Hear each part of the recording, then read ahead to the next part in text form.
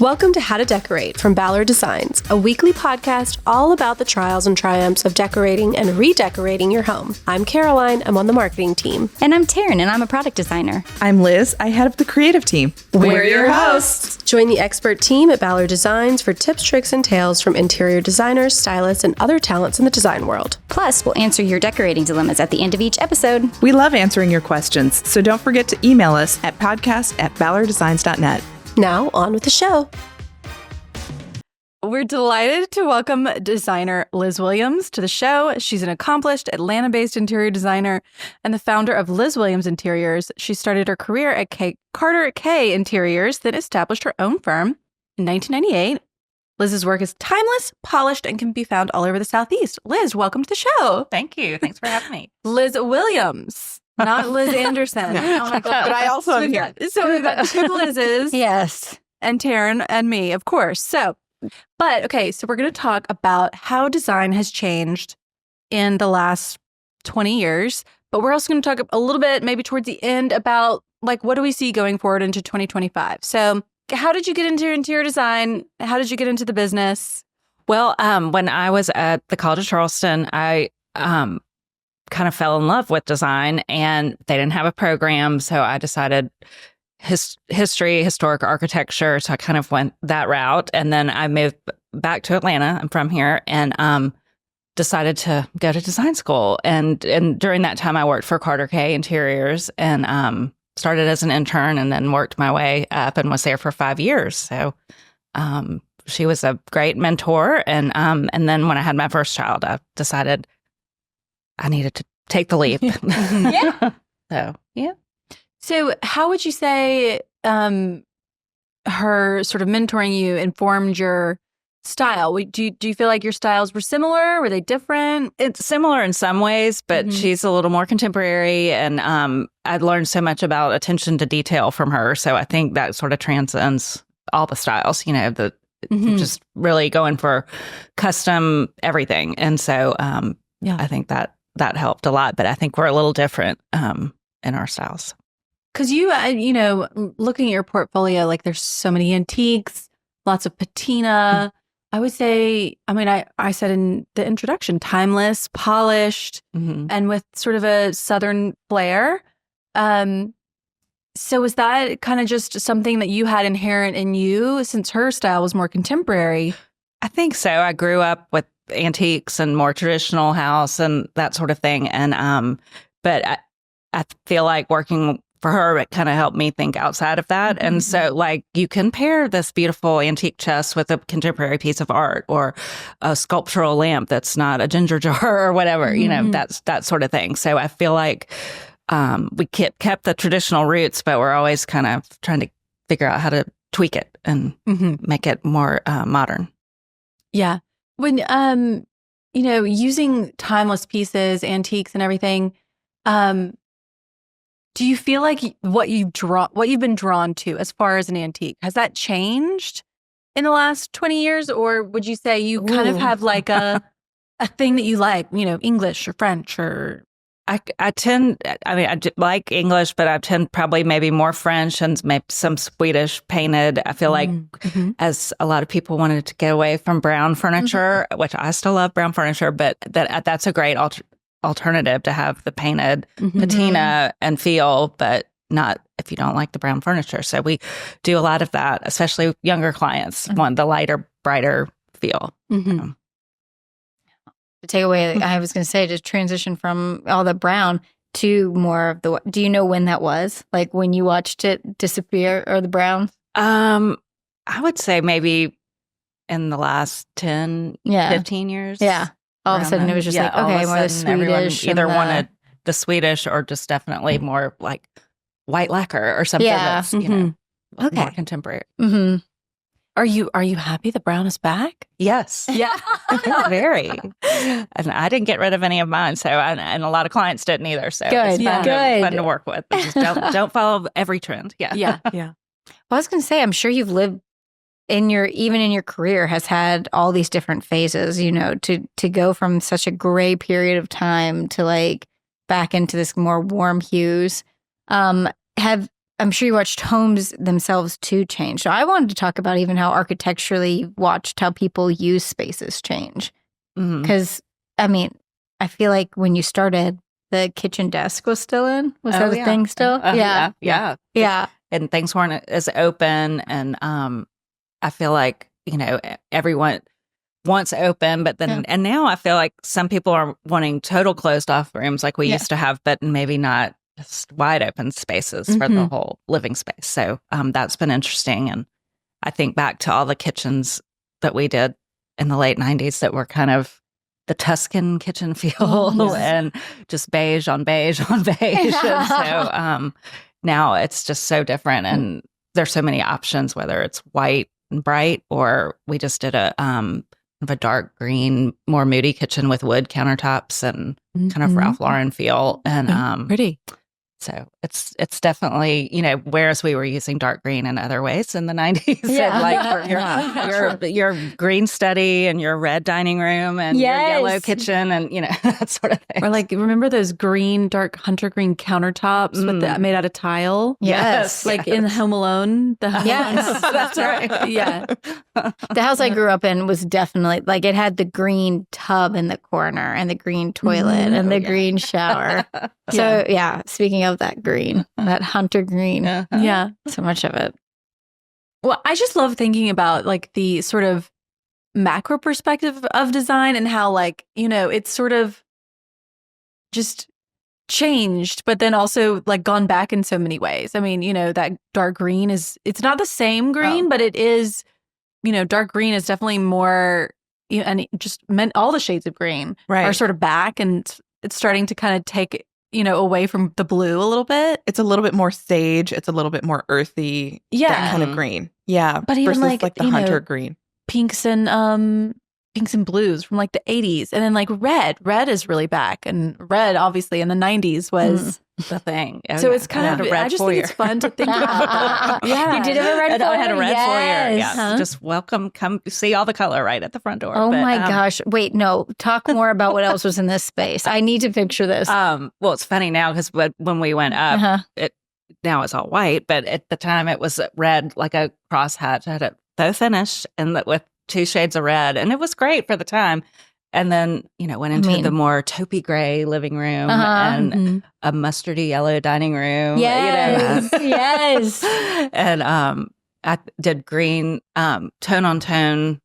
I think it was Nina Campbell animal print wallpaper in the kitchen. So that was my dark green, but at least it had a little flair to it. Nice. Oh my gosh, if you have any photos of these spaces, oh my gosh, that would be great. Oh, if yeah. we could, I think I could dig some up. Yeah, that'd be perfect. Gosh. So when did you start to have your house evolve from that? I think kind of renovations at different steps when we would do that. It's like, okay, we got to change this. And, and I think also just being in the design field, I came home one day and I was like, okay, it's all got to be white. I can't do this anymore.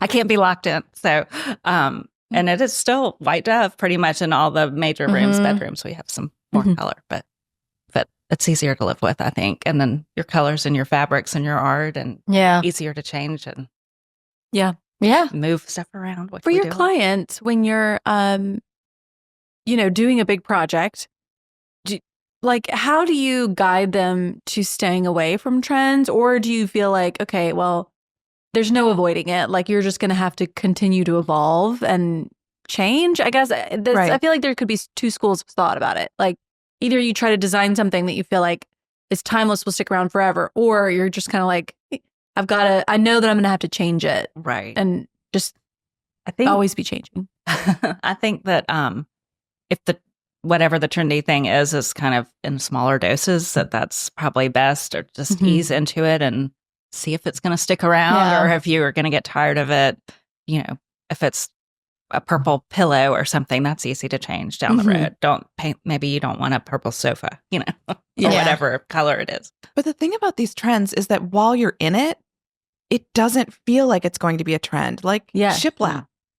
Right? Yeah. Like that didn't feel like it was going to be a trend. That felt like that was going to be like an architectural detail, or like farmhouse, like how cozy, like that's great. So how do you recognize where the trend is to even know how to avoid it? I guess, I mean, so I think it's hard, but I think if you look, maybe historic references and that sort of thing, and, like I still like shiplap because I feel like it has a historic reference, but I think think of a different way to use it, to do something, like a chevron or something like that with your shiplap instead of just the horizontal boards, or just find a way that's maybe not locking you into that trend for long term. Right. Okay. No, I agree with you, Liz, because it's like at the time, think about like white kitchens. The whole appeal of the white kitchen was like, it's timeless.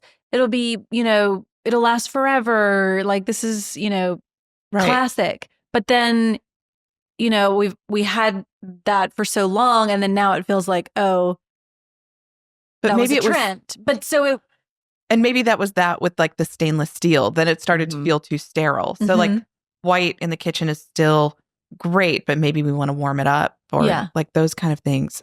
I would agree. Like warmer countertops, or maybe it's a wall grass cloth on the walls, or something that gives it that extra detail. But white and bright is classic, and I think it'll always be.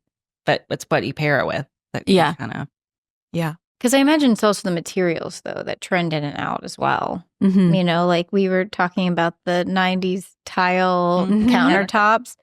Nobody is putting in anyone's really doing that. And so even the materials there have changed, and I'm sure we'll change again. Oh, yeah. We'll be into something new. And everybody's wanting the quartzite and and a little bit of natural, but not, and we're granite. We've done some honed black granite that kind of looks like soapstone. So it's a more that's beautiful, economical way to do it, and have the durability of granite. And so I think really there's things you can come up with as far as, and keep up with all the new product out there. Like I remember the first time I saw a leathered countertop, and I was like, what is this? It feels different and looks different, but it's the same. Kitchen? Right. Yeah. Oh. You haven't. It's like a finish that goes on top of leather. It's not leather. But it's a treatment. It's a different. It gives it the soft feel that you're like, what is this? It doesn't feel like the slab that was sliced that I know about. Like honed. Yeah, it's honed and leathered. Leathered's got more texture to it, but it's kind of like honed. Okay. It's hitting my Instagram. It'll hit yours now too. Well, you said it enough. You want me to say it leathered. Leathered countertops. You will all be getting. You'll all be getting ads and everything. But I think the change in materials also, because again, I think the white kitchen is is the safer. It is so safe because again, there's a place for your eye to rest with white. Right, that other colors don't give. So maybe it's not about any one material, just not going so overboard on it. Right. Don't do it in every room, and just kind of have a little bit of rains on it. Well, what do you tell people? How long till you need a refresh? Because I think that also plays into this. Well, usually I think with pets and children, that's come sooner for those of us who have those. Depending on wear and tear. Okay. So wear and tear for sure. And then I think there's some rooms that, can be 10, 20 years. It just sort of depends. You may not need to refresh the whole thing, but let's do new curtains and pillows or a new rug or whatever it is. We do that a lot with sort of our clients to keep coming back and, hey, can you help me with this? And that's great. I mean, I think if you start with good bones, you're not probably doing a complete overhaul. That feels like a really approachable way to handle it. Like kind of just not necessarily waiting until you want to redo everything, but just redoing little bits along the way. That way it never feels like it's outdated. Right. Because it really isn't, because you're still, making small changes. Because I think that the idea of like doing your house and then 10 years later feeling like, I have to redo it all, like that's daunting, right? Oh, yeah, for sure. And I think if you kind of do those updates, or maybe it's just a new piece of art or something that pulls the room together that in a different way, I think that helps, and you're not doing everything at the same time. Mm-hmm. Well, and to treat it like a living, like them like living things, you know, your space is also living. Like it needs to change as well. Mm-hmm. Yeah. Yeah. I would think. What about so what are the types of things you feel like people change more often? You mentioned like pets. So maybe it's rugs, but maybe it's Probably upholstery. rugs and upholstery, I think. And now we're so fortunate to have so many indoor outdoor Krypton, all those high performance fabrics that things are lasting a little bit longer than that. So that's helpful. But I'd say those, and then just paint too. I mean, that's an easy fix. Yeah, paint. What about wallpaper? Have you had any wallpapers from your early designing last? I think so. I feel like there's so many great traditional documents that they're coming back with new updated colorways. So you love the pattern, but you don't necessarily want the hunter green and burgundy or whatever it was. Yeah. And now it's fresh and new. So okay. And wallpaper's definitely in. Yeah. Oh yeah. What are some things that you've had from maybe one of your early houses that you've kept that still sticks with you? Oh, gosh. I have a dining table that I bought from Holland and Company at one of their warehouse sales. That's like my first big purchase of brown furniture. And it's a round dining table with leaves, so it seats our family of 5 day to day. But you can add the radial leaves and seat 8, and so so nice. We have a square dining room, so it's a perfect fit for that. And so I love a round dining table. I will never part with that table. Yeah.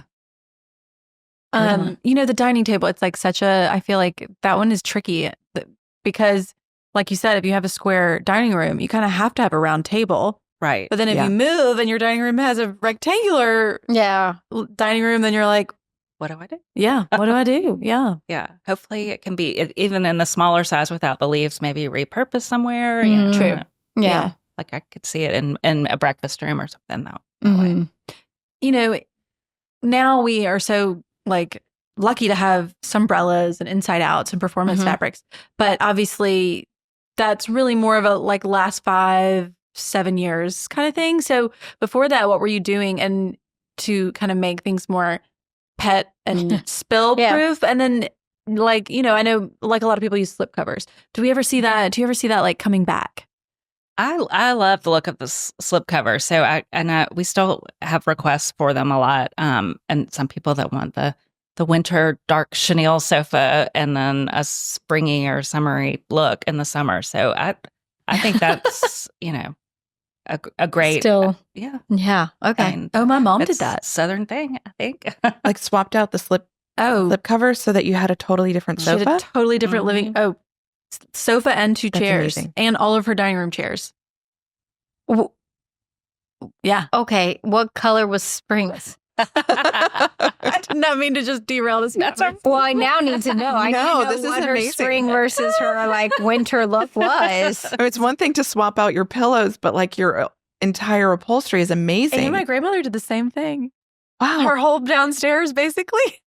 Do you do it? Anyways, okay, no. I mean, I vividly remember it because it would be the seasonal change. Well, okay, first off. So, okay, in the winter, she had a dark green. Yes. Hunter green. It wasn't a chenille. I was saying it's like maybe a jacquard with like tiny little yellow sort of dots on it. And then her side chairs were this like yellow bird print. It was like yellow and red and green kind of big bird. Anyway, it was actually pretty. I'm not making it sound appealing. And then I can't remember what the dining chair, it was like the slip seat, right? So it was like the upholstered seat. But in the summer, she did, I think the sofa and the 2 chairs were all the same blue sort of, it wasn't really a damask, but it was sort of a big like blue and white graphic print. Like, so wait, she'd pop the seat out and restaple it? No. Okay. No. It's the cut. It is it a was a slip cover with like a box pleat skirt. skirt. Yes. So the upholstered one was under there, and she would just put this on slip top. on top. Got it. Okay. And then same with the chairs and the sofa. So then it just the Popped underside on. was fully upholstered. Yeah. And then there was like a slip that was skirted on top. Got it. Okay. So, and Yeah. so she would in the winter take it off, take it to the dry cleaner. They would dry clean it. Then in whatever, April, she would put it back on. But For then Easter, right? Probably. Yeah. Okay. but like it would make all of your upholstery fabrics last twice as long, right? Because you're only getting used half the time. half the time. Wow, that's amazing. Great. Yeah. I mean, I thought everyone did this. Yeah, Of course. Yeah. This is totally because my grandmother did the same thing. Like she had a slipcover for the summer and it was like a light kind of probably like a twill. And then in the winter it was like a kind of chenille or jacquard and amazing. Okay. Amazing. Is this a Southern thing? Is this a regional Probably, thing? I guess. Yeah. Okay. No, I'm down. This is great. We don't do it as much anymore, but we have done it. But as far as, I think just looking for a heavy duty fabric, even if it's not a performance fabric. Yeah. All this have rubs and all that. So, and darker colors or the color of your pet. Can you make this golden retriever color? Yeah. Oh my Oh, gosh. wow. And so the hair does not show up as much. Oh, I think that is an amazing tip. Like pick, well, as long as you're keeping that dog. But I know you have, like your dog And was you're dressing like the dog chocolatey, too, because when you sit down and then you get up. Right. But it's still a good tip, actually. Yeah. It is. Yeah. or you don't necessarily have to. Sure, saying like I wanted a sofa that's the color of my golden retriever.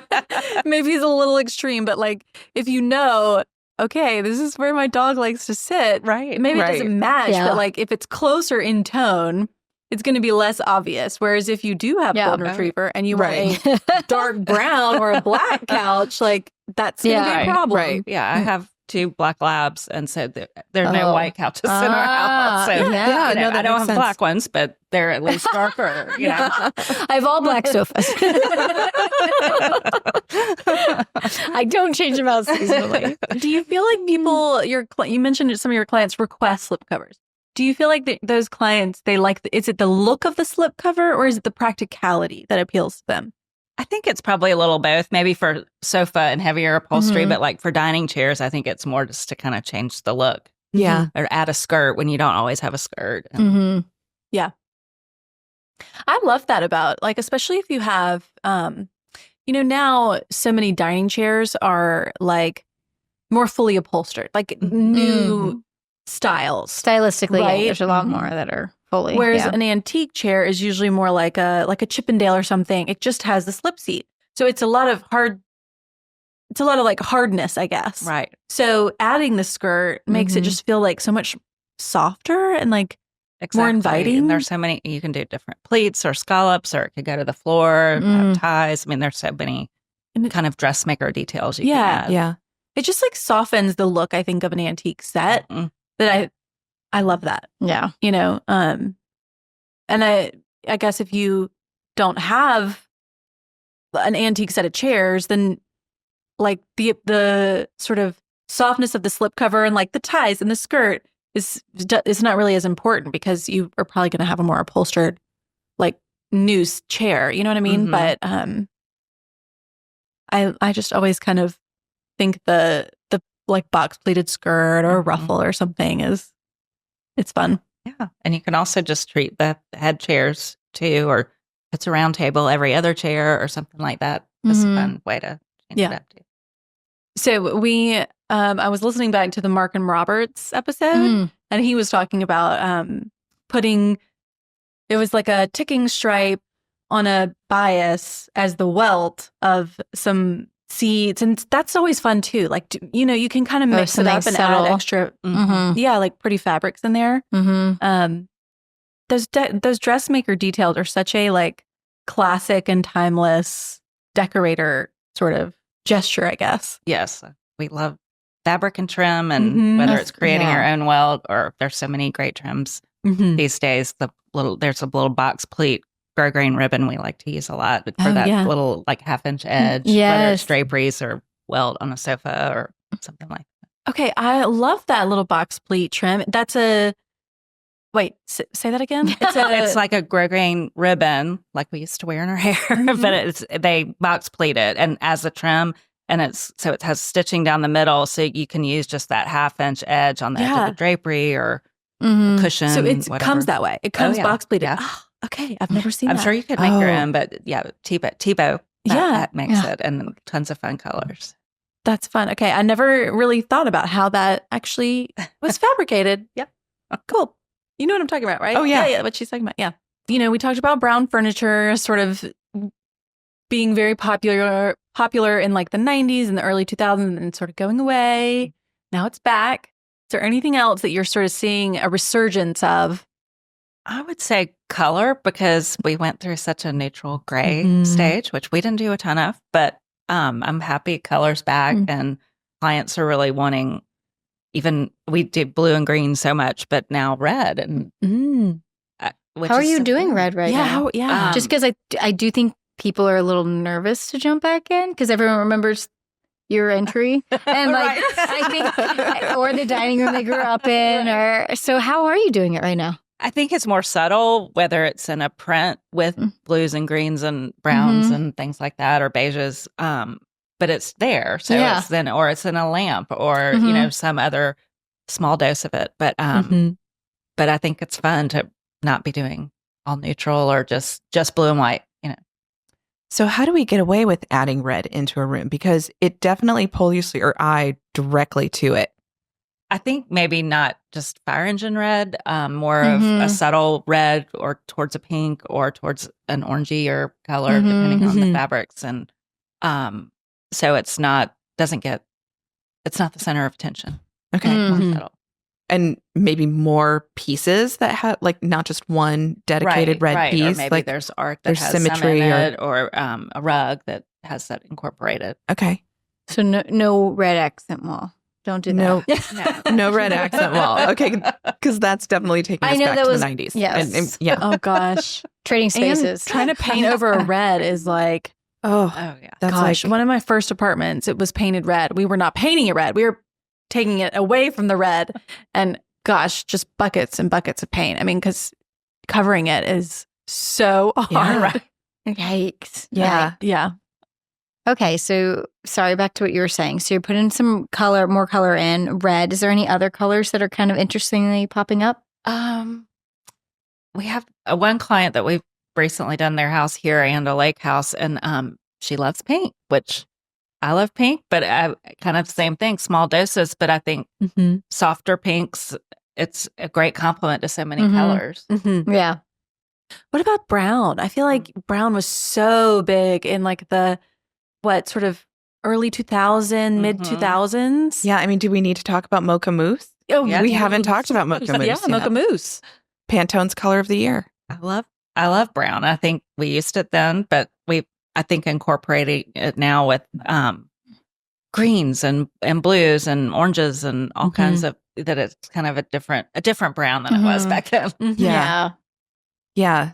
Less orange, a little bit warmer, a little bit more pink undertones. Yeah, exactly. Yeah. I think it looks so good. Because that Mocha Mousse color is it's really pink. Yeah, it has a lot of pink undertones. Of pink in it, you know? Yeah. It's really kind of more mauve almost. Like, I think it looks like sulking room pink. Yeah. It's not far off really of that. close to sulking room pink. So we both painted a TV room, and she painted her bedroom. They look Sulking comically different room pink. though, just based on the lighting. It like does. We being in each other's spaces, they like I have 4 windows, and so I just think I have a lot more light. Yeah. Right. And yours is a little bit low, and tree coverage and all that being a little different. Yeah, so yours is a little more. Yours went lavender to me. Like you have more. Like when I walk in, I get more of that. And I know you decorated with some of that, which is probably why too. Where I went more gold, and I did like yellows and more mauve and natural colors. So mine looks. I think mine looks more brown, and yours looks a little more pink. Yeah. But this mousse color is an interesting. Like it is kind of like a mauve. It's a mid brown. Yeah. It is a mid-tone. I was wondering. I was like, is this just like a take on beige? It's like versus brown. Which way would you say? I think it's mauve. I think it's mauve. It's pink. It looks pink to me. I mean, I don't know. When you sit with the words Mocha Mousse, to me, I was picturing something a lot like chocolatier. But to me, it's pretty mid-tone. And I don't know. Mocha just doesn't that sound like dark. Dark chocolate. Yeah. Yeah. Yeah. There's a light, airy frothiness to I it. guess that- you know? yeah, I guess That's the mousse. That's Yeah. the mousse. That's the mousse end of it. The Yeah. mousse part. That's why they didn't just go with Mocha. Yeah, obviously. yeah. I think we were all excited to see it was a shade of brown, quote unquote, Yes, or whatever. for So to bring that back in. But What was last year? Do you remember? Because Was it a coral? what was the year they did pink and blue together? Do you remember that? It was like a baby pink and a baby blue. Do you remember that? They like didn't decide. Because I feel like people make such a big deal out of the Pantone color of the year, right? Like it's this big thing. Right. But then We're sitting here a year love was later coral. and we can't. it might have been and a never coral. see it again. And I'm like, did that really actually have an impact on? Yeah. It was either a Anything? coral or a lavender. We'll have to go back. We'll have to look. Yeah. Yeah. I don't know the impact because so we pull all the colors of the years from all the paint, and I'm sure you look at this too and studying. Well, what is and each of them pick a different color too, though. Right. Like sometimes, of course, you'll have something in the same shades because blues are always like a classic. So I think some of them are always blue. Sometimes it's a green. And then, someone's got some rogue color who believes, it's fun to see. But yeah, it is interesting to be like, Pantone goes any which way they want versus like a color of the year of a paint company being probably different. So, Liz, how much should we be paying attention to any of these color trend forecasts? Really? Well, I can't say that the Pantone color has ever really had an influence. It's just fun to know what it is and discuss it. But I think we kind of go with more of the neutral for main rooms of the house, and then the bedrooms are more color, bathrooms, wallpaper, whatever it is, unless you've got a less open house and a more dedicated space to do something like Mocha Mousse. I think just take it with a grain of salt. Yeah. It's Well, a good. I love that like your rooms do feel very traditional, and that like I feel like the floor plans are very traditional, and there's always a seat for everyone, and I absolutely love that. I feel like in every image you feel like the conversation's already happening and you just insert yourself here, which is just so lovely. Mm-hmm. But there are rooms where you go a little bit off the wall with color, but in a really beautiful way. And I want to talk about your bathroom renovation that you recently did. So you have a beautiful green natural leaf pattern wallpaper throughout. And then what really struck me as being a little bit more off the wall, like personality driven, is your dressing table. Mm-hmm. That you had lacquered in kind of a really bright green. Mm-hmm. And then you have like a shell mirror over. and then you have This is a test. it so struck me. And then there's a monkey lamp with a pleated e-cat shade. Yeah. And that is so fun and so full of personality. And how do you, like, this is your own home? Yes. But do you do that kind of fun, eclectic mix for your clients at all? And how do you pull that off? Well, I think it depends on the client. Some people would, I don't want a monkey lamp. What are you talking about? But it's a great monkky lamp, by the way. My childhood lamp that was in my room, and the shell mirror too. So that's my dressing table. So I just wanted to, to be a fun spot. And the shade's new, but the lamp is the same. And so, but yeah, I think a bit of whimsy is great. And some clients want that and some don't, or they want to add their own whimsy after I've done my job. So, but I think we've recently done a house at Lake Lanier that is full of things like that. And so it's really fun to have a sense of humor about it. Yeah. When you're adding, some of those whimsical touches to your clients' spaces, are they usually coming to you with like, I like monkeys, or are you just like kind of picking? I'm saying, like, yes, I would think they that are would be monkey a lovers. hard thing to do. I love monkeys. As a designer, it's like finding just the right thing that reflects their personality, but right, it's hard. I think the right level of whimsy is hard. Yeah, I think so too. And I mean, it might be a how do you feel about monkeys? I have this lamp or whatever, whatever. Are you? Or what animals do you like? It's not come forward with in the interview, like, Yeah. Right? Yeah. Right. I think as projects go on and things like that are kind of the final touches that you kind of are out shopping and you see something and think, they might like this, and it's worth a try. So you're just kind of going on instinct and then pitching it to them. Yes. Yeah. That makes sense. I would just, that always is I think what fascinates me about the designer-client relationship, because you're not always forthcoming with, like, it just doesn't necessarily cross your mind, like, oh, I should tell my designer that I really love, collecting matchboxes or something. But that could be a really, interesting detail for you to know if you're trying to think of like wall decor or something. Or they might be hiding that monkey lamp and that shell mirror because even though they've loved them since their childhood, and thinking like, oh, well, my designer's never going to go for that. But you would right. Totally. Yeah. Sometimes we'll get to go in the basement or the attic and go shopping. So hopefully we can find some fun things. I would never, ever let a designer in my basement. Okay, wait, discuss. Oh, is your basement organized? Mine is just a mess. I would never let anyone down there. Or like your attic. I would let them down. That is a level of vulnerability that I'm not prepared for. Well, at that point, they know everything about you. Right. And I would say my basement is not that organized, so it's okay. Yeah. Or that answer. Yeah. Once they've asked where you like your underwear to go, I feel like you're like, well, let's go to my messy basement. Yeah. All right. That's funny, though. No, I don't know. I get that, though. I can see what you mean by like, yeah, don't show them the back. Don't show them those things. Yeah. That's funny. But yeah, no, I would. We have some stuff down there that I'm like, maybe. I'd be like, does any of this look good to you? Or can I get rid of it? Right, because those areas really kind of tend to be a holding zone for Goodwill or or for the next generation or for, in my case, me. Because the person we bought the house from left the best basement full of crazy stuff. Yeah. So. That's awesome. Yeah. And awful, but awesome. Yeah. Oh, some of it made it upstairs. Yeah. Oh, nice. That's good. Yeah. What about, is there anything that you're working on that, like any projects on the horizon where you're like, you're sort of doing something that you're worried about? Like, not worried about, but you know what I mean? Where you're like, this, I think is going to be good, but I don't know.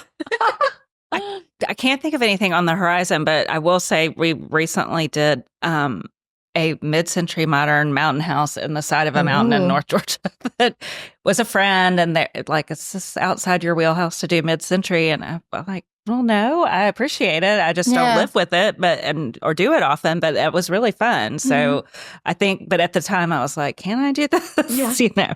So I'd say, sometimes there are jobs where you know someone really well and they want you to do it, but it's not they don't necessarily want what I typically do. Yeah. And that's when it's a little daunting, but what a fun challenge. That's kind of how you have to look at it. Like, think outside the box, and you can do, and you go in these great, shops that have all the mid-century, and you were like, that is really cool. Let's do that. And and not do traditional.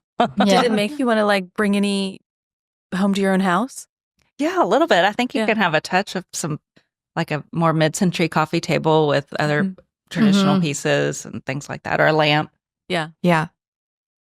I feel like designers are always so good at like embracing the next thing.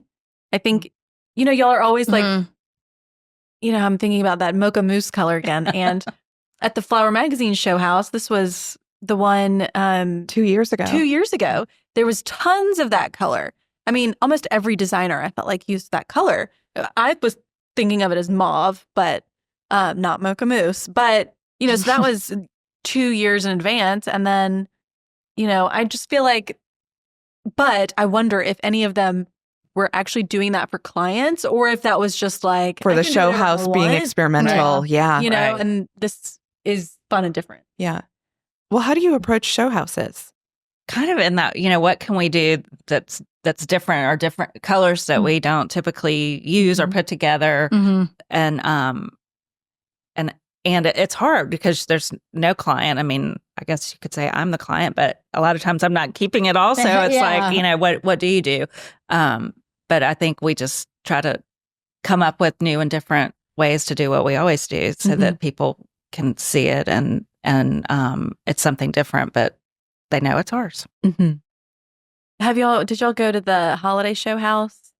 That's what I was saying. Yeah, I went today. You went today? Oh, okay. To Atlanta. I went at night, so I'm curious how it looks in the daytime, but I felt like there was so much like cohesion in all, like it seemed like there were a lot of browns, a lot of greens, and like across all of the rooms. And so that is another one where I was like, they're usually so sort of disjointed. Right. So it's interesting when all of the designers are sort of like vibing on the same thing, you know, like that Flower Magazine one where everything was mauve. Yeah. Somehow show houses, this one was very cohesive. Overall, like, yeah, it didn't feel so like choppy. Yeah. It was so I think that's a challenge, which I'm not sure how you, with all the different designers, how do you make it? Occasionally, do you talk? Do you even talk to the person doing the next? Yeah. I mean, you're kind of buddies on the install days and all that, but there's really not, you know, it's not that planned out unless. What if you are next to like, what if you're like the living room next to the dining room though? Would you talk to them or be like, whatever? Yeah, I've done, you know, a breakfast room before where the kitchen designer, you know, was having to do a window treatment in there, and we kind of talked about color, but it still was separate enough. But I think that's a challenge because with the open floor plans and you know, like, they do butt up right up to each other. So I'm in the Southeastern Show House. I'm doing an outdoor living space, and so there's really nothing but the landscape around me. So that'll be interesting. It may it'll come off the living room, but it's fun. It's always fun to see what everybody comes up with and who is using the same colors. Hi, ladies. First, thank you all for your work on the podcast. Thanks, Erica, and thank you for listening. This project has been long, too long, with extreme highs and lows. My question is about how to dress the bay windows in our home. There are 3 total: a guest room office, a guest room, and the formal living room off the kitchen. All of the windows are street facing. They have different needs. The bedrooms need a blackout option and sound absorption. The living room needs privacy at night. One of the bedrooms has a low ceiling, 9 feet, while the other has ceilings around 10 feet. We also want to be able to maximize the light during the day, as our home only has 2 exposures, and most of our natural light comes from these big, beautiful windows. We unfortunately had to remove some original shutters in the formal living room, and getting them redone is prohibitively high. My preference is typically for a full drapery panel. With the high ceilings, it just makes sense, but it's been really challenging to find a rod that works with the angles in the bay window. What would you do here? A Roman shade in each window, maybe not with the stained glass, but with an option for the bedrooms above and below. A ceiling track, which can be more flexible and bend to the shape of the wall. Try to have something custom fabricated, or use a single rod with 2 panels for each window and tiebacks. A shade and a panel. The options seem endless. Thanks again for all the work you do, Erica. So yeah, it looks like she is in a townhouse. So she's only got like the front and back exposures, and she's got these great bay windows with, it looks like the ones on the downstairs have some pretty stained glass as like a transom. And yeah, they do get a lot of natural light, which is nice. What do you think, Liz? What would you do? I think if she likes panels, I think that's the way to go, because Romans, the way the soffit drops down above each window, doesn't give you much room for them to stack up. So it's going to cut into the light even when they're open. So I think you could do a ceiling mounted track then you can have 2 panels. So they're either all the way open or all the way closed, and you wouldn't have the skinnier panels in the middle, which I think would be a cleaner look with the way she has the contrast stain trim and that sort of thing. Or we had a similar dilemma, and you can have a custom rod made. We get someone to take a template and have that made. And then if you did want those center panels, 4 panels versus 2, that would work for that. But I would probably go with the ceiling mount, and the windows are pretty. I think mounting on the ceiling and having those nice long panels would really be, because the one on the left, it looks like it already has a rod, right? Like there's already a rod that fits. Yeah, in the office. But I think the problem would be, if you just had the two panels, like it can't make it past those corner brackets. Right. So if you did something So on you're the still ceiling that's more rounded but fits in the bay, then you can have a more streamlined look. So she says in the bedroom she needs blackout and sound absorption. It seems like she kind of has to do an inside mount though with that, right? Like how else would she get? I guess she could do blackout curtains. Yeah, I think blackout curtains, and we'll use for sound issues bump that's just a heavier weight lining, and that really does help with the sound, especially street facing. So, and I feel like having the blackout and the bump is beautiful, nice, and so you have to really pay attention that whatever rod you're using can hold all that, because they'll be heavy, but they'll be gorgeous. Okay, right. Okay, so you're basically thinking just the panels and have them essentially ceiling mounted to fit the bay window. Right. I mean, I think the way the soffit is, if you did Romans and mounted them above outside mount, in a bay, you run into the edges of each shade hitting each other. So I think the best bet is panels. Okay. Yeah. I mean, do you feel like she could do that ready-made, or would she really have to have custom? I think custom, but the ceiling tracks are not expensive. I think it's just you just need someone to get the right angles, or if you do the curved.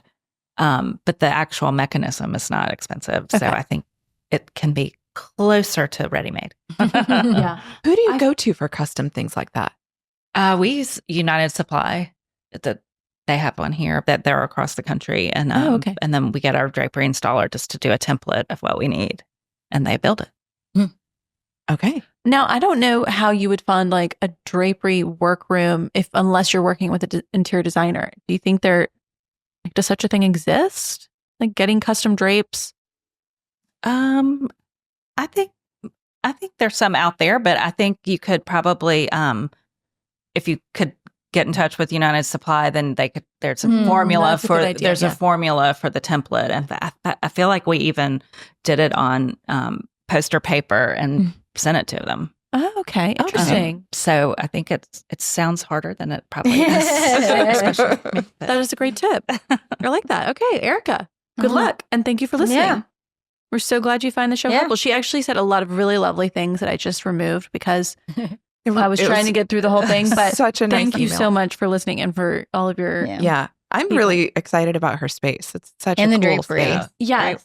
And great her light. floors are pretty. I mean, she's got such a lovely, look at that interesting handrail on her staircase. It's the like banister almost is gorgeous. spool. Yeah. You know? It's really pretty. Mm-hmm. Totally in love with the space. It's great. Very cool. All right. Well, Liz, thank you so much for joining us. Thank you for having me. This was fun. Can you tell everyone where they can find you, follow you, and see your work? Yes, our website is LizWilliamsInteriors.com, and Instagram is @LizWilliamsInteriors. And we'll be doing the show house coming up this spring, and we have a feature coming out in Southern Home magazine in March. So that's great. Busy. Congratulations. Congrats. Yeah. Thank you. It's not Liz Anderson. Interiors. No, That's her not. website. Yeah. She'll link it over.